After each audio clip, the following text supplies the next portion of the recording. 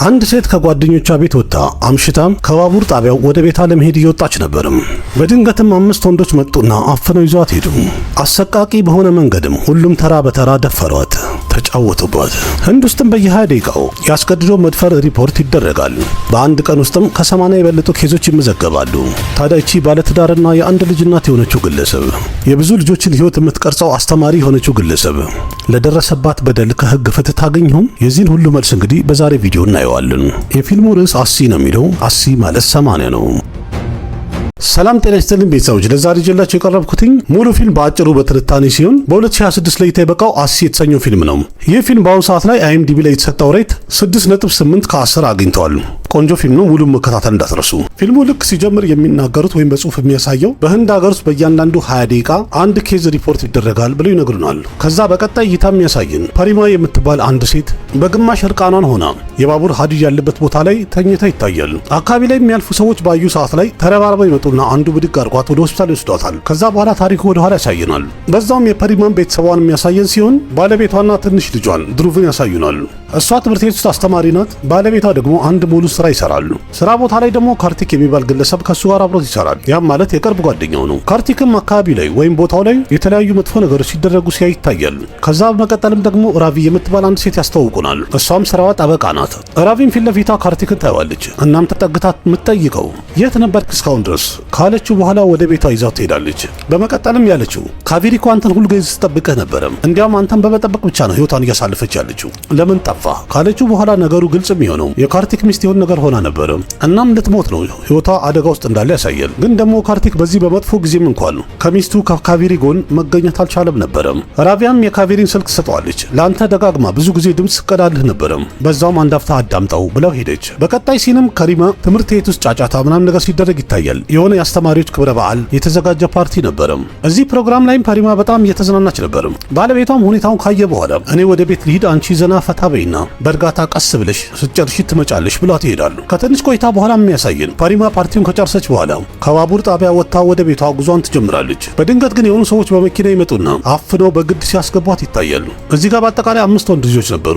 ጭር ያለ ቦታ መኪናውን ካቆሙ በኋላ ተራ በተራ ፐሪማን አስገድደው መድፈር ይጀምራሉ። እነዚህ ልጆችን መቁጠር ይጀምራሉ። ማን ስንት ጊዜ እንዳደረገ ሁሉ እየቆጠሩ ኢንጆይ እያደረጉ ነበረ። በዛ ላይ ደግሞ እየቀረጹ ነበር ቪዲዮ። ፐሪማም ወደ ቤት ለመምጣት በጣም አምሽታለች። ባለቤቷ በጣም ተጨንቆ ነበረ። ግን ደግሞ በሌላ በኩል መኪናውን ሲነዳ የነበረው ልጅ እየከለከላቸው ነበረ። እባካችሁን ተዉ አቁሙ ቢላቸው ሌሎቹ ልጆች ግን ከነጨራሹ አልሰሙትም ነበረ። ፐሪማ ራሷን ለማትረፍ የምትችለውን ያህል የታገለች ነበረ። ልጆቹ ምንም ነገር ሳይሰሙ በጭካኔ እየቀጠቀጧት ነበረ። ሁሉም ተራ በተራ በግሩፕ አስገድደው ከደፈራት በኋላ ፐሪማን በመጨረሻ መንገድ ዳር ላይ ባቡር ጣቢያ ላይ እርቃኗን ጥለዋት ይሄዳሉ። በመቀጠልም እነዛ ልጆች ወደ አንድ ሱቅ ይሄዳሉ። እዛም ደግሞ ጨርቃጨርቅ የሚሸጥበት ቦታ ነበረ። ተራ በተራ የለበሱትን ልብስም ሁሉም ከቀየሩ በኋላ ከቦታው ላይ ተራ በተራ ይበታተናሉ። ሱቅ ውስጥም አንድ ሰው ነበረ። ይወጣና መኪናውን ሙሉ ለሙሉ ማጠብ ይጀምራሉ። እነዛ ወንጀለኞችም ቀይረውት የነበሩትን ልብሶች እንዳለ ይሰበስብና አንድ ላይ ያቃጥላቸዋል። ባለቤቷ ቪኔም ሌሊቱን ሙሉ መጨነቅ ይጀምራሉ። ልክ እንደነጋም ፐሪማ ሆስፒታል መግባታ ይነገረዋል ወይም ዜና ይደርሰዋል። ልጁን ድሩቭን ያዘና በፍጥነት ወደ ሆስፒታል ሄደ። የተፈጠረው ነገር በተነገረውና በሰማ ሰዓት ፐሪማ ደህና እስክትሆንና ቀና እስከምትል ድረስ ከጎኗ አብራት መቀመጥ ቻለ። ከትንሽ ቆይታ በኋላም ፐሪማን ለማየት ፖሊሶች ይመጣሉ። ለማናገር ሲሞክሩም በትክክል መናገር ያቅታታል። አይኗ አካባቢም በጣም ከፍተኛ ቁስል ነበረ ወይም ጠባሳ ነበረ። በዛ የተነሳ አይኗን እንኳን በትክክል መግለጽ አልቻለችም ነበረ። ካርቲክም የደረሰው ነገር ወይ የተፈጠረው ነገር በሰማ ሰዓት ላይ እየረጠ ወደ ሆስፒታል ይመጣል። ምክንያቱም ጓደኛው ቪኔን ለመደገፍና ለመርዳት ነበረ። ፖሊሶችም ቦታው ላይ የነበረውን CCTV ካሜራዎች በደንብ ካዩ በኋላ የአንድ መኪና ቁጥር ሊያዩ ቻሉ። መኪናውንም ማፈላለግ በጀመሩ ሰዓት አንድ ገደላማና ጭር ያለ ቦታ ላይ መኪናው ቆሞ ሊያገኙ ቻሉ። በደንብ ሲታይም መኪናው ሙሉ ለሙሉ ታጥቦ ነበረ። ማንኛውም ፍንጭ ማግኘቱም ደግሞ በጣም ከባድ ነበረ። ፐሪማና ቪኔ በፍቅር ነበር የተጋቡት። ቀደም ብሎ ቤተሰቦቹም ፐሪማን ትተህ ልጅህን ያዝና ወደኛ ጋር ወደ ገጠርና ብለው ሲጠይቁትና ሲመክሩት ነበረ። ግን ቪኔ ከነጨራሹ አልሰማቸውም ነበር። እምቢ ብሎ ነበር የሚኖረው። ፖሊስም ፍተሻና ምርመራውን ቀጠሉ። 4 ተጠርጣሪዎችን ለመያዝ ይሳካላቸዋል። 4ቱም ደግሞ ፍርድ ቤት የሚቀርቡበት ቀን ደረሰ። የአንደኛው ልጅ እህት የመጣች ሲሆን የአንደኛው ልጅ ደግሞ አባቱ መጥቶ ነበረ። በድንገትም ካርቲክ ስልኩ ላይ የአንድ ሰው ድምጽ ሜሴጅ ይገባለታል። ያ ድምጽም የሚለው ድጋሚ ወደ ወደ ሆስፒታል እንዳትሄድ፣ ብዙ ነገር የሚያስጨንቅ ነገር ሊፈጠርብህ ይችላል ይለዋል። ግን በዚህ ሰዓት ላይ ካርቲክ ሆስፒታል ውስጥ ነበረ። ፐሪማም ትንሽ አገግማ ቃና ያለችበት ሰዓት ነበረ። የዛን ቀን ማታ የተፈጠረው ነገር በተደጋጋሚ አይምሮ ላይ ብልጭ እያለ ያስጨንቃት ነበረ። ቪኔ ደግሞ ከድሩቭ ጋር ባለቤቷ ከልጁ ጋር ውጪ ቁጭ ብለው ነበረ። ዶክተርም ለካርቲክ ትመጣና ከጎኗ አጠገቧ አብርሃቱን ምናልባት ደህንነት እንዲሰማት ይረዳታል ትለዋለች። ካርቲክም አጠገቧ በሆነ ሰዓት ላይ ፐሪማ የሆነችውን ሁኔታ ሲያይ ከነጨራሹ መታገስ ያቅተዋል። ባለቤቱ ካቪሪም ለካርቲክ ብላ ቀድታ ያስቀመጠች የነበረውን ድምጽ እየከፈተ መስማቱን ቀጠለ። ካቪሪም ብለው የነበረው እኔ መሄዴ ነው፣ እኔ ከተለየው በኋላ ያን ያህል ብዙ እንዳትጨንቅ፣ ተናድጄብህ ወይም ጠልቼህ አይደለም እየሄድኩ ያለሁት ብላ ድምጿን ጨርሳለች። ከዛም መለስ ብሎ ሲያሳዩን ካቪሪ ለካ የመኪና አደጋ ነበር የደረሰባት። ዜብራ ላይ መንገድ ለመሻገር እየሞከረች ነበረ። መኪናው ግን ተከትሎ መጥቶ ገጫት። ግን ከፍተኛ ጉዳት ስለሆነ በአደጋው የደረሰባት ፓራላይዝ ሆና ተኝታ መኖሩ በጣም የተሰላቸችበት ሁኔታ ነበረ።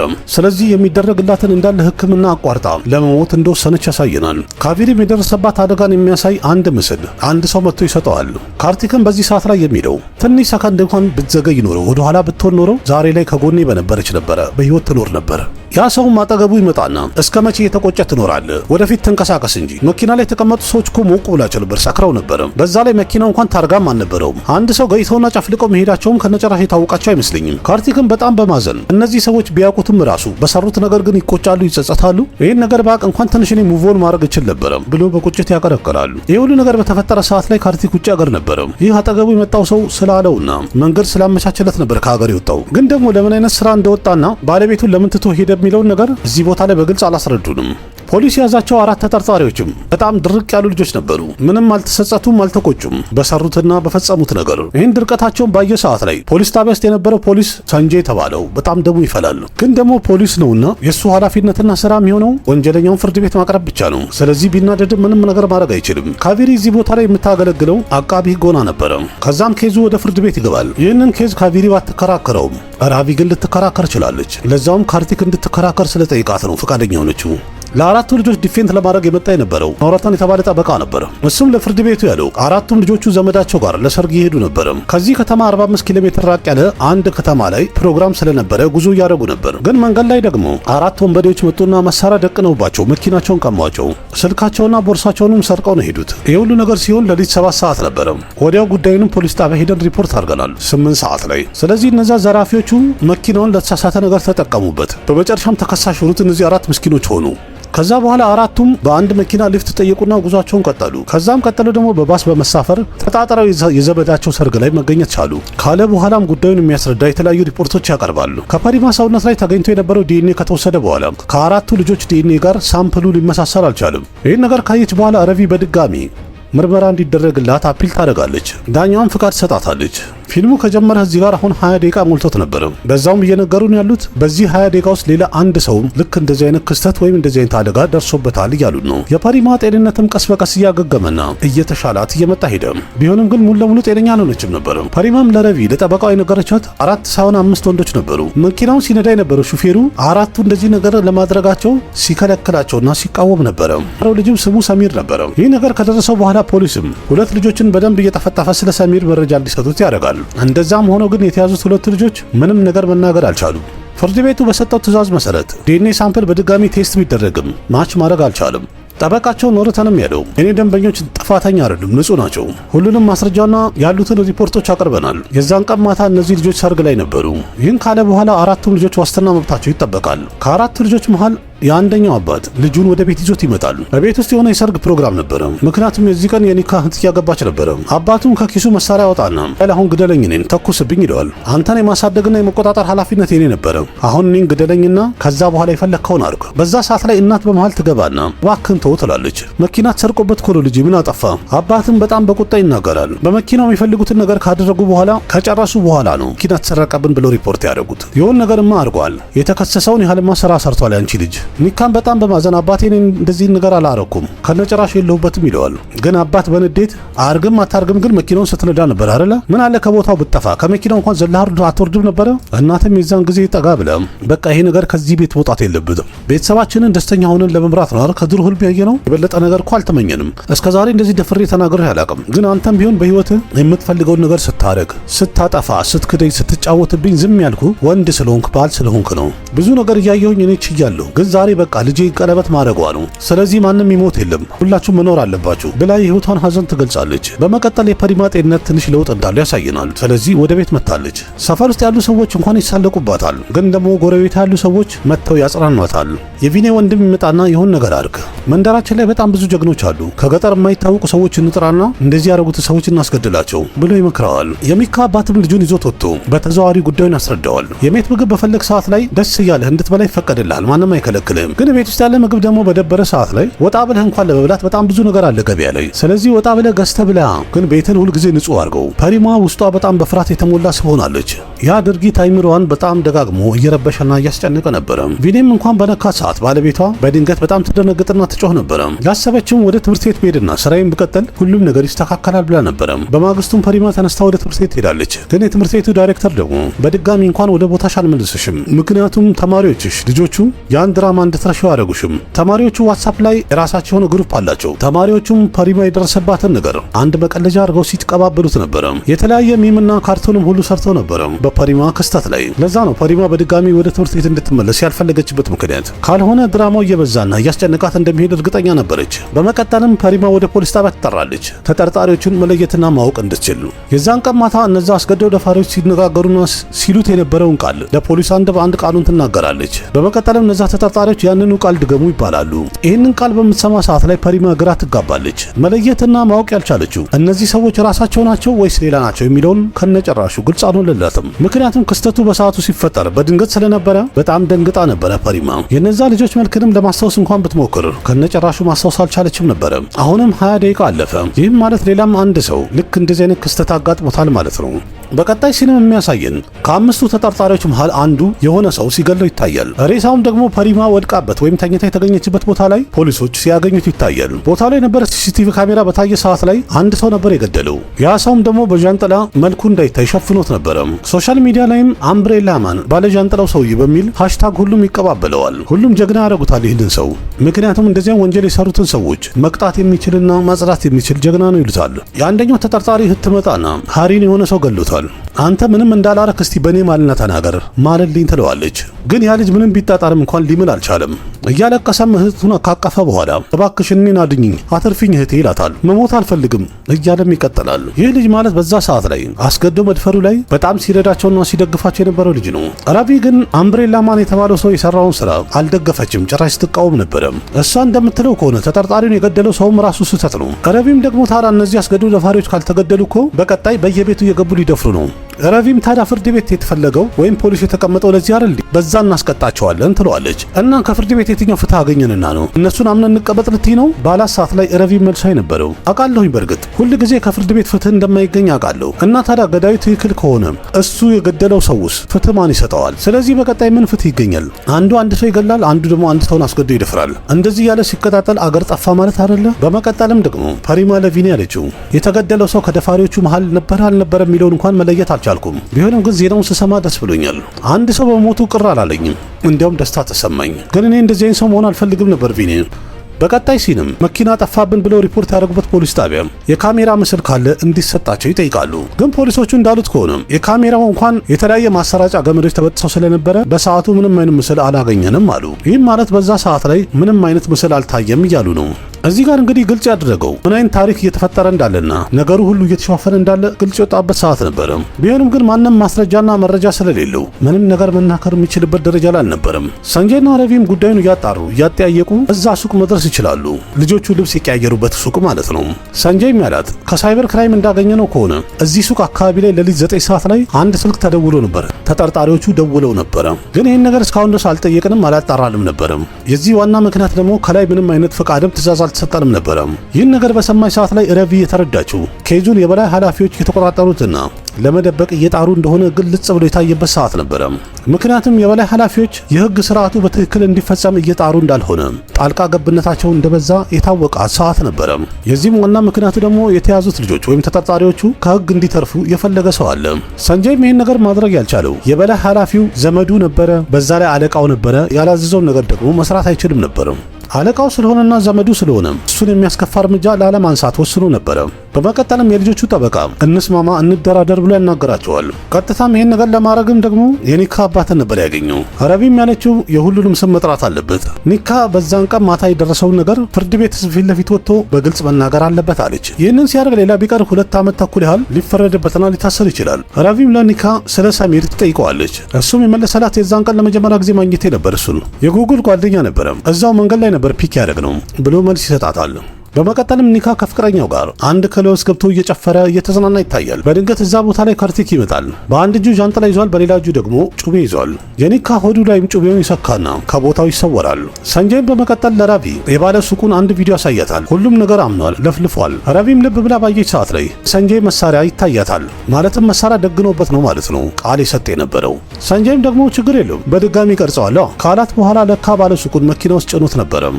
ራቪም ያን ግለሰብ ለቤቱ እንዲሄድ ከፍተለትና ታስወጣዋለች። ከዛም ሰንጀይን መቆጣት ትጀምራለች። ጀግና መሆን ከፈለክ አንተ በስራ ውስጥ ሆነህ በዝምድና መታሰርህን አቁም እና ደግሞ ለምን አንተ የምትናደድ ብቻ አስመስለህ ትተውናለህ? ለምን ታሳያለህ ድራማ? እኔ ያለው አይደል ከድሮ ጀምሮ ልዴቴን ያዋጥኩኝ ልናገር ከተባለ ሙሉ ዓለምን አጥለቀልቃለሁ። ግን እኔ ራሴን ማቃጠል ስለማልፈልግ ነው ሁሉም ነገር የምውጠው ብላው ትታ ትሄድና ከሱቁ ውጭ ያሉ የተለያዩ ሲሲቲቪ ካሜራዎችን ምስል ካለ ማፈላለግ ትጀምራለች። አሁንም 20 ደቂቃ ያልፋል። ይህም ማለት ሌላ አንድ ሰው እንደዚህ አይነት አደጋ ደርሶበታል ማለት ነው። በመቀጠልም ራቪ አንድ ሰው ስትገናኝ ይታያል። ካርቲክ ስራ የሚሰራለት ሰው ነበረ። እሱም ለራቪ ያላት በእኛ ዓለም ላይ ጃንጥላ በጣም ትልቅ ዋጋ አለው። ምክንያቱም ሲሲቲቪ ካሜራ ሊያይን አይችልም፣ ሊያተርፈን ይችላል ጃንጥላው። ካርቲክ ለኔ ነበር ስራ የሚሰራው፣ ግን ከዚህ በኋላ የሚሰማኝ አይመስለኝም። እንዲያውም አንቺን ብቻ ነው የሚሰማሽ። ራቪም ፈጣን ብላ ሄዳ ለካርቲክ ጠይቀዋለች። እነዛ ሁለቱንም ሰዎች አንተ ነው የገደልካቸው? ካርቲክ ግን ምንም ነገር አይናገርም። በቀጣይ ሲንም አንድ ልጅ ፍቅረኛውን ለማግኘት ሲሄድ ይታያል። እዛው ቦታ ላይም ጃንጥላ ያዘ አንድ ሰው ይመጣል። ሴቷንም በጥይት ሲደበድባት ይታያል። ካርቲክ ደግሞ ከራቪ ጋር ነው ያለው። ይህም ማለት ያ ሰው ሌላ ነው ማለት ነው። በመቀጠልም ራቪ ስለ ሰሚር መረጃ ይደርሳታል። ሰሚር የተባለው ግለሰብ ልጁ የምትማረው ፐሪማ የምታስተምርበት ትምህርት ቤት ውስጥ ነበረ። ግን ለመጠየቅና ለማጣራት በሞከሩ ሰዓት ላይ የተወሰነ ቀናት ወደ ቤት አልመጣም ተባለ። ሰንጀይም ስልኩን ይጠልፍና ያለበትን ቦታ ያጣራል። ከዛም ተከታትሎ ይዘዋል። ለሰንጀይም ደግሞ ዲል እናድርግ ይለዋል። ብር ተቀበለኝና ልቀቀኝ። ሌላው እንኳን ይገባል፣ ወንድ ነህ አንተም እንደዚህ ነገር ሊፈጠር እንደሚችል ትረዳኛለህ። ይህም ባለ ሰዓት ላይ ጭር ያለ ቦታ ላይ ሰንጀይ መኪናውን ያቆማል። እስከሚበቃው ድረስም ይጠፈጥፈዋል። ልክ ካስገባው በኋላም ወደ ፖሊስ ጣቢያ ይዞት ይሄዳል። የሰንጀይ ኃላፊም ይመጣና የእህቱ ባል ሰንጀይ ለምንድን ነው ይህን ያህል ታማኝነት የምታሳየው? ይኸውልህ ከአንድም 2 ሴቶችን የምናስተዳድርበት ይህ ቤት በመንግስት ደሞዝ እኮ እየተመራ አይደለም ብሎ ትቶት ይሄዳል። በቀጣይ ሲንም ረቪ ለፐሪማ ስትነግራት ይታያል። ከ80 የበለጡ ኬዞች በየቀኑ ይመዘገባሉ። በአመት ማለት ከ3000 በላይ ማለት ነው። ኬዙን እንዳለ እንዘርጋው ከተባለ ስቴዲዮም የሚሞላ ያህል ነው። እኔ የማይገባኝ ነገር እንደዚህ አይነት ኬዝን ፍርድ ቤት ማሸነፍ ማለት ራሱ ትርጉሙ እንደሆነ አይገባኝም። መሸነፍ ማለትም እንደሆነ አይገባኝም። በመቀጠልም ፐሪማ ፍርድ ቤቱ ሳጥን ላይ ቆማ ይታያል። ማንነቷን ለመደበቅም ፊቷ ላይ ጨርቅ ተሸፍኖ ይታያል። ነሮተንም ወይም የወንዶቹ ጠበቃ ንግግሩን ይጀምራል። በአንቺ ላይ የደረሰውን ነገር ሰምተናል፣ አዝነናል። ግን ካንቺ የምጠብቀው አሁን የምፈልገው ነገሩን ሲዘርዘር አድርገሽ አስረጅኝ። ፐሪማን መልስ ሰጠች።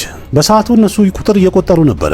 ማን ከማን የበለጠ ማድረግ እንደሚችል ሲቆጥሩ ነበረ። እስከ 26 ጊዜ ድረስ ሁሉ ቆጥረዋል። ጠበቃውን መልሶ የጠየቃት ትክክለኛ ቁጥሩን ታስታውሻለሽ? ይህም ማለት በሰዓቱ ሙሉ ለሙሉ ነቅተሻል፣ ራስሽን ታቂ ነበረ። ማን ምን እያደረገ እንዳለ በትክክል እየሰማሽ ነበረ። ፐሪማም የመለሰችው ከመኪና ኋላ ጠበብ ያለ ቦታ ላይ ነበር የወሸኩኝ። ያ ቦታ ምንነቱ ስላላወቅኩት እና ስላልተመቸኝ ለሰዓታት ሳየው ነበረ። እነሱ በጣም እየሳቁ ነበረ። ለምንድነው ትነግረኛለህ? ጠበቃውን መልሶ ይናገራል። አንቺ በተናገርሽው ቃል በሰዓቱ ልብስሽን ቀደው ነበር ያወለቁት። ግን ደግሞ ፖሊስ ያገኘው ያንቺን ልብስ በየትኛው መቅጣጫ ሲታይ የተቀደደ አልነበረም። ስለዚህ በድጋሚ ማየት አለብን ማለት ነው። ተቀዶ ነበረ ወይስ ቁልፉ በስርዓት የተከፈተ ነበረ ወይስ ሌላ ምን ተፈጥሮ ነበር የሚለው ማየት ያለብን ይመስለኛል። ፐሪማን መልስ ሰጣለች። እኔ አበቦች በእርግጥ እወዳለሁ፣ ግን በዛ ሰዓት ላይ የዛን ቀን ማታ ጭንቅላቴ አጠገብ አንድ እቅፍ አበባ ይገኝ ነበረ።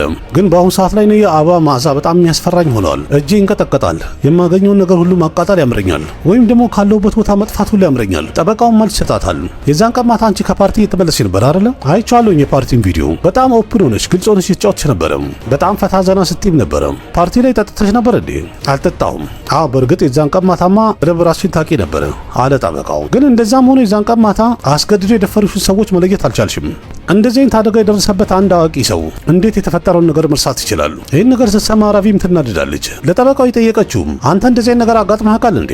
ዳኛዋን በመሃል ገብታ ታስቆማቸዋለች። ጠበቃውም ንግግሩን ይቀጥላሉ።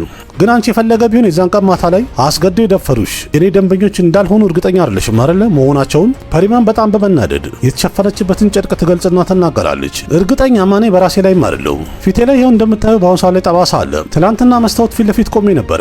መልኬን እንኳን ሳየው ራሴን መለየት አልቻልኩም። ውስጤ ሁሉም ነገር ተቀይሯል። ግን በመስታወት ሳየው ሁሉም ነገር በግልጽ ይታየኛል። እና ይሄ የትኛው ነው ታዲያ ትክክለኛ ወይስ እርግጠኛ የምንሆንበት? የት ቦታ ሄደን ሪፖርት እናድርገው ውስጥ የጠፋውን ነገር? ጠበቃውን ንግሩን ይቀጥላሉ። በሷ ላይ በደረሰው ነገር በጣም አዝኛለሁ። በእርግጥ ግን ዋና ነጥባችን ተከሳሾቹን ወይም ተጠርጣሪዎችን በአሁኑ ሰዓት ላይ መለየት አልቻለችም። ይሄ ደግሞ እኔ የማነሳው ነጥብ ነው። እሷ መለየት ካልቻለች ለምን እንደሚቀጡት ታዲያ ደንበኞቼ? ፐሪማም ንግግሯን ትቀጥላለች። ልክ ነህ። በእርግጥ እኔ ጥፋት አለብኝ። በዚህ ሰዓት ላይ እኔ ትምህርት ቤት ማስተማር ነበረብኝ ልጆችን። ግን እዚህ ጋር ነው የቆምኩት ያለሁትኝ። እዚህ ቆም ያለው ይሄ የኔ ህይወቴ ትልቅ ጥፋት ነው። እንደዚህ አይነት ትልቅ ጥፋትስ እንዴት ላጠፋ እችላለሁ? እንዴትስ ብደፍር ነው እኔ ሰላም የሆነ ሀገር ያለኝ ይመስል በማታ በጨለማ ብቻዬን እንዴት ወጣሁኝ? ከ6 ዓመት በላይ የተለያዩ ልጆችን አስተምሬያለሁ። ከማስተምራቸው ተማሪዎች መሃልም አንድ ልጅ ዋትስአፕ ግሩፕ ላይ ጻፈው የዛን ቀን ማታ ለምን እኔን አልጋበዛችሁኝም? ለምን ብቻችሁን አረጋችሁ? የሚልም ጽሑፍ አይቻለሁ። ያ ልጅ ማለት ለኔ እንደ ልጄ ነበረ። ምክንያቱም ተማሪ ነው። ግን እያስተማርኩትም እንኳን ስለኔ እንደዚህ ብሎ ጻፈ። ስለዚህ ይሄ የህይወቴ ትልቅ ጥፋት ነው። እኔኑ ስቀሉኛ በቃ። ህዝቡም ቢሆን ረቪን ተቃውሟታል። ምክንያቱም አምብሬላ ማን የተባለው ባለጃንጥላው ሰው የሰራውን ነገር ተቃውማ ነበርና በተመልካቹ አይን ፍትህ እየሰጠ ነበረ። ግን በህግ አይን ወንጀለኛ ነው ትል ነበር ራቪ። አንድ ሰው ይነሳና ራቪ መልኳ ላይ ፊቷ ላይ ቀለም ይደፋባታል። ባለጃንጥላው ሰው ይኑር የሚል ድምጽን ደጋግሞ ያሰማል። እንደዛው ቀለሟን ሳትታጠብ ወደ ፍርድ ቤቱ ጠጋ ትላለች። ለዳኛውም ጠጋ ብላ ያለቻት የዛን ቀን ማታ እነዛ ልጆች መኪና ይዘው እየሄዱ ነበረ። ተሰርቆባቸው ነበረ። እናም አመልክተው ነበረ። ግን ደግሞ ሲሲቲቪ ፉቴጅ ወይም ደግሞ ምስል ካለ ተብሎ ሲጠየቅ አይጦች ምናልባት ገመዱን አኝከው ቆርጠውታል ተባለ። መኪናም ተሰረቁ፣ ስልካቸውም ተሰረቀ። ይህ ሁሉ ነገር ይሁን ብለን እንኳን ብናልፈው ግን እነዚህ ልጆች ሰርግ ላይ መሄዱ በጣም አስፈላጊ ስለነበረ ሊፍት ጠየቁ፣ በባስ ተሳፈሩ። ከዛ በኋላ ሰርጉ ላይ ደረሱ። ሰርግ ላይ ከሄዱ በኋላም እንኳን የተነሱት ፎቶ ስናየው በሰዓቱ አልነበረም፣ ሊነጋ ሲል የተነሱት። ይህም ማለት ማታ ላይ የተነሱት ፎቶ ምንም የለም። ምናልባት ጊዜ አጥሯቸው ይሆናል። ይህንንም እሺ እንመንና እንለፍ። በተጠቂዋ ላይ የተገኘው ሳምፕል ከተከሳሾቹ ዲኤንኤ ጋር ማች መሆን አልቻለም። ይህንንም እሺ እንመነው። የተከሳሾቹንም መልክም መለየት አልቻለችም። ይህንንም እንመን። ስለዚህ ይሄ ነገር ኬዙ አበቃ ማለት ነው፣ ይዘጋ። ግን አሁን እኔ ጋር አንድ የ5 ዓመት ልጅ ኬዝ እጄ ላይ ገብቷል። እሱን ለመከራከር አንቺ ፊት ለፊት ልምጣ? ቤተሰብ የላትም ልጅቷ፣ ጎዳና ላይ ነው የምትኖረው። በትክክል እሷ እነሱን መለየት አትችልም። የደፈራትን ያ ኬዝም በትክክል ልክ እንደዚህ ይዘጋል ማለት ነው አይደለ? በመቀጠልም ራቪ ባለሱቁንና የዛ ልጅ እህትን መጠየቅ ጀምራለች። ግን ሁሉም ልጆቹን ለማዳን ወይም ተከሳሾችን ለማትረፍ ቃላቸውን መደርደር ይቀጥላሉ። በመቀጠልም ሰንጄን ደግሞ የፍርድ ቤቱ ቦክስ ላይ ትጠራዋለች። የዛኔ ሰንጄ እውነቱን ይናገራል። ዲኤንኤ ሳምፕሉን እንዳለ ከቀየሩ በኋላ የውሸት ሪፖርት ተዘጋጅቷል። ይህን ሁሉ ነገር ሰንጄ መታገስ አልቻለም ነበርም። ሁሉም ነገር ፊት ለፊቱ እያለ ምንም ነገር ማድረግ አለመቻሉ ውስጡን እየቆረቆረው ነበረ። ስለዚህ በዚህ ሰዓት ላይ ለስራውም ከነጨራሹ ሳይጨንቅ ሁሉም እውነቱን ተናገረ። በመቀጠልም ካርቲክ አለቃውን ለማግኘት ሲሄድ ይታያል። ያለውም ዓለም እኔ እንደ ጀግና ነው እያየችኝ ያለችው፣ ግን እኔ ደግሞ ከውስጤ ሰይጣን የሆንኩኝ ክፉ ሰው የሆንኩኝ ያህል እየተሰማኝ ነው ያለው። አለቃውም ደግሞ ወንጀል መስራት፣ ሰው መግደል መቼም ቢሆን ጀግንነት አይሆንም፣ ግን ደግሞ እንደዚህ ሆኜ እየኖርኩኝ መታገስ አልቻልኩም ብሎ መለሰለት። አለቃውም ማንን መግደል ፈልገ ነው ብሎ ጠየቀው። አስገድዶ ደፋሪዎችን አለ። አለቃውም መለሰለት፣ ምን የካቪሪን ገዳይ ነው መግደል የፈለከው ነው ወይስ የመጨረሻ ተንፋሿ ላይ እንኳን አጠገቧ መድረስና መገኘት ያልቻለውን ሰው መግደል ፈልገ ነው? ካርቲክም የመለሰለት ይቺኛ የምንኖርባት ዓለም በጣም ብዙ ነገሯ ስህተት ነው፣ በአጠቃላዩ ዓለም መጥፎ ናት ካለው በኋላ አለቃውም ዓለም ከዚህ በላይ መጥፎ ልትሆን ትችላለች ብሎ መለሰለት። ግን ካርቲክ ምንም መልስ ሳይሰጠው ከቦታው ተነስቶ ሄዶ ነበረ። በመቀጠል ፍርድ ቤት ላይ የሰሚር ልጅ ሳጥኑ ላይ መታ ቃል እንድትሰጥ ጠይቃለች። እሷም እንዳለችው ከሆነ ሌሊት 5 ሰዓት አካባቢ ከእንቅልፌ ነቃሁኝ። አባቴም የሆነ ልብሶችን እየቀየረና እያስተካከለ ነበረ። አንገቱና እጁ ላይም የሆነ ቁስለት አለበት፣ ጉዳትም ነበረ። ሁኔታው ሲታይ ምንም ትክክል አይመስልም። ረቪም በመቀጠል ለፍርድ ቤቱ ከጂም ውጭ ያለ አንድ የካሜራ ምስል ታሳያለች። ያም እንደሚያሳየው ከሆነ እነዛው ልጆች በዛው መኪና ሰሚርን ፒክ ለማድረግ የመጡበት ሰዓት ነበረ። ይህ ምስል የተቀረጸ የነበረው ሌሊት 9 ሰዓት ተኩል አካባቢ ነበረ። ግን ቀደም ብሎ ለፍርድ ቤቱ እንዳተናገሩትና ማስረጃ እንዳቀረቡት ከሆነ መኪና የተሰረቀ የነበረው 8 ሰዓት አካባቢ ነበረ። ታዲያ መኪናው ከተሰረቀ በኋላ በራሱ መኪና እንዴት እዚህ ቦታ ላይ ሊገኙ ቻሉ? ይህም ነገሩን ግልጽ ያደረገው ሪፖርቱ ጠቅላላ የውሸት እንደሆነ ነው። ካርቲክም ወደ አንድ ሰው ቤት ሲገባ ይታያል። ጠበቃውም ያቺን ሕፃን ልጅ ጠይቃት ይታያል። አባትሽ ሰውን አስገድዶ የሚደፍር ይመስልሻል አንቺ? ረቪም ታስቆመውና ያንተ ልጅ ብትሆን እንደዚህ ብለህ ጠይቃት ነበረ በማለት ጠበቃውን ጠይቀዋለች። ጠበቃውም ለረቪ አላት ምን ነው የግል ስሜት ተሰማሽ? ረቪም ተመልሰለታለች። አዎ ፐርሰናል የሆነ ስሜት ተሰምቶኛል። አንድ ሰውማ መሆን አለበት እንደዚህ። ኖረተን ግን ፊቱን አዝሮ በድጋሚ ጠይቃታል። እና የዛን ቀን ማታ አባትሽ አስገዶ ደፍሮ ነው የመጣው እያልሽ ነው ነበር ያላት። ያቺ ትንሽ ልጅም መልስ ሰጠችው። የዛን ቀን ማታ እንኳን ያርጋ አላውቅም፣ ግን እሱ ከዛ በፊትም እንደዚህ ሲያደርግ አይቼዋለሁ። ያውም እናቴን ሲያስገዳት አይቼዋለሁ። ይህን ቃል ልጅቷ ከተናገረች በኋላ ሙሉ ፍርድ ቤቱ ጸጥ ይላል። ረቪም ለፍርድ ቤቱ ሁሉም ነገር ፊት ለፊት ስለወጣ ሶስቱም ወንጀለኞች እድሜ ልክ እንዲፈረድባቸው እጠይቃለሁ አለች። በሀገራችን ላይ የ6 ዓመት ልጆች እንኳን ህፃናትም እየተደፈሩ ነው ያሉት እና እነሱ ፍትህ ያገኛሉ ብዬ እንኳን መቼም አላስብም። ምክንያቱም እነሱን መቅጣት ብቻ ፍትህ አይሆንም። ፍትህ ማለት ለኔ አንድ ሴት ልጅ ከባቡር ጣቢያ ማታ ላይ እንኳን አምሽታ ብትወጣ ምንም ነገር ሳትሆን ሳትፈራ ደስ ብሏት ወደ ቤቷ ከደረሰች ለኔ ፍትህ ነው። ሰው ሲቀልድ አንዳንድ ጊዜ እሷም እንኳን ያስቃታ። በፓሪማ ላይ የደረሰው ነገር ባይደርስ ኖሮ የዚች ልጅ እናትን በትዳር ስም እንደዚህ አይነት ችግር እንደምታሳልፍ መቼም ባልታወቀ ነበረ። ከ13 ዓመት በፊት ሰሚር ፍርድ ቤት ተከሶ ነበረ። ቀንም ተቆርጦ ነበረ ለውሳኔ። ግን ማህበረሰቡ ምን ይለናል ብለው ፈሩና የሴቷ ቤተሰቦች ክሱን አንስተናል አሉ። ምክንያቱም ተስማምተው ነበረ። ዋና ምክንያቱ ደግሞ አስገድዶ ደፋሪውን የልጅቷ ባል አድርገውት ነበረ። ይህም ማለት ይቺ ልጅ አስገድዶ ከደፈራት ሰው ጋር ስትኖር ከ4000 ሰዓት በላይ አሳልፋለች ማለት ነው። ለሱ ብላ ትጾማለች ለረጅም እድሜው። የተለያዩ ፕሮግራም ላይ ባለቤቱ ነኝ ብላ አብራው ትቆማለች። ልጇም ደግሞ እሱኑ አባቴ ስትለው ታያለች ሁል ጊዜ። ግን ከ2 ቀን በፊት ልጅ ሁሉንም ነገር በትክክል ታውቃለች እና አሁን ለዚች ልጅ ምን አይነት ፍትህ ይሰጣታል? እንዲያውም ለሷ ፍትህ መስጠት ከነጭራሹ አቅማችን አይደለም። ምክንያቱም ድሮ ኬዙ በተዘጋ ሰዓት ላይ ፍትህ ተሰጥቷል ተብሎ ነበር።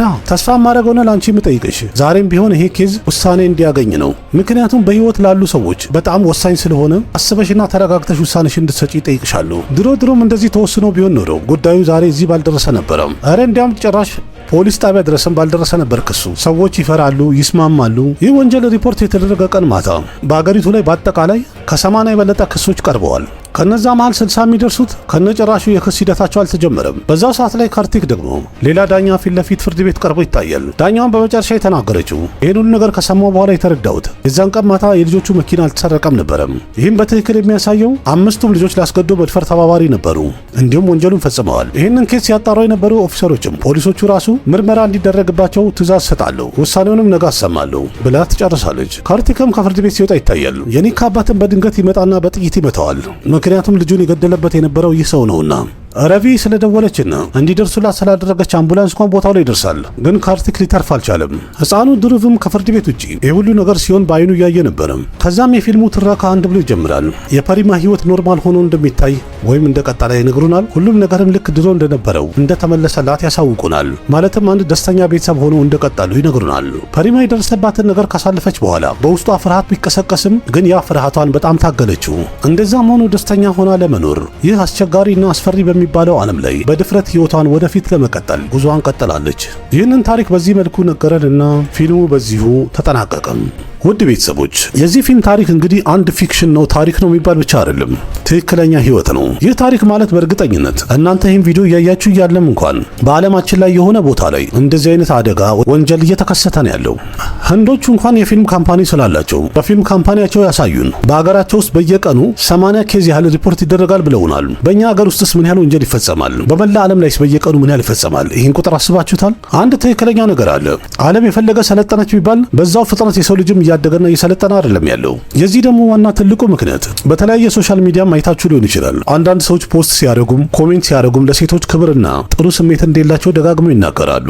ግን የተማረና የሰለጠነ ሰው ማለት በኔ አይን ሴትን የሚያከብር ለሴት ቦታ ያለው ነው። ምክንያቱም ሴት ማለት እናት ናት፣ እህት ናት፣ ሚስት ናት። ከምንም በላይም ደግሞ አገር በሴት ነው የምትመሰለው። እናት ሀገሬ አይደለም እንለው። ስለዚህ እናቱን የሚወድ ሁሉ ሴትን ማክበር ግዴታው ነው። በአጠቃላይ ሰብአዊነት የሚጀምረው ለሴት ክብር በመስጠት ይጀምራል ለማለት ነው። ሁላችንም እንከባበር፣ እንግባባ፣ ተሳስበን እንኑር። ሁሉንም ወንጀል እናውግዝ። አንዳችን ለአንዳችን ጠበቃ ሆነን እንቁም፣ እንከራከር፣ አንጣላ፣ አንባላ። ህይወት በጣም አጭር ናት፣ በፍቅር እናዝረዝማት በማለት እንግዲህ ዛሬ ፕሮግራሜን ይጨርሳሉ። እርግጠኛ ነኝ ቪዲዮ እንደተመቻችሁ ደገፍ አድርጉኝ። በጣም ብዙዎቻችሁ እንደማየው ከሆነ ፊልሞችን እንደዚህ በአጭሩ የተተረኩ ቪዲዮዎችን በጣም ሰፖርት እንደምታደርጉ እንደምታዩ በተደጋጋሚ አይቻለሁኝ። ስለዚህ እኔም ደግሞ ድሮ ጀምሬው ስለነበረ ደገፍ አድርጉኝ። እንደዚህ ምርጥ የተባሉ ታሪኮችን እያነሳሁኝ አቀርብላችኋለሁ። ቪዲዮ ላይክ አድርጉ። ያላችሁን ሐሳብ አስተያየት በኮሜንት ግለጹ። ለጓደኞቻችሁም ሼር አድርጉ። ለቤቱ አዲስ ሆናችሁም ሰብስክራይብ በማድረግ ቤተሰብ ሁኑ። ልክ እንደዚህ ምርጥ ታሪክ ያላችሁ ፊልሞችን ይዤላችሁ ቀርባለሁኝ። አቅራቢያችሁ ቃሲም መካ ነበርኩኝ። በሌላ ምርጥ ቪዲዮ ድጋሚ እስከምንገናኝ ደህና ሁኑ። ባባይ ना जाने कैसा एहसास है बुझती नहीं है क्या प्यास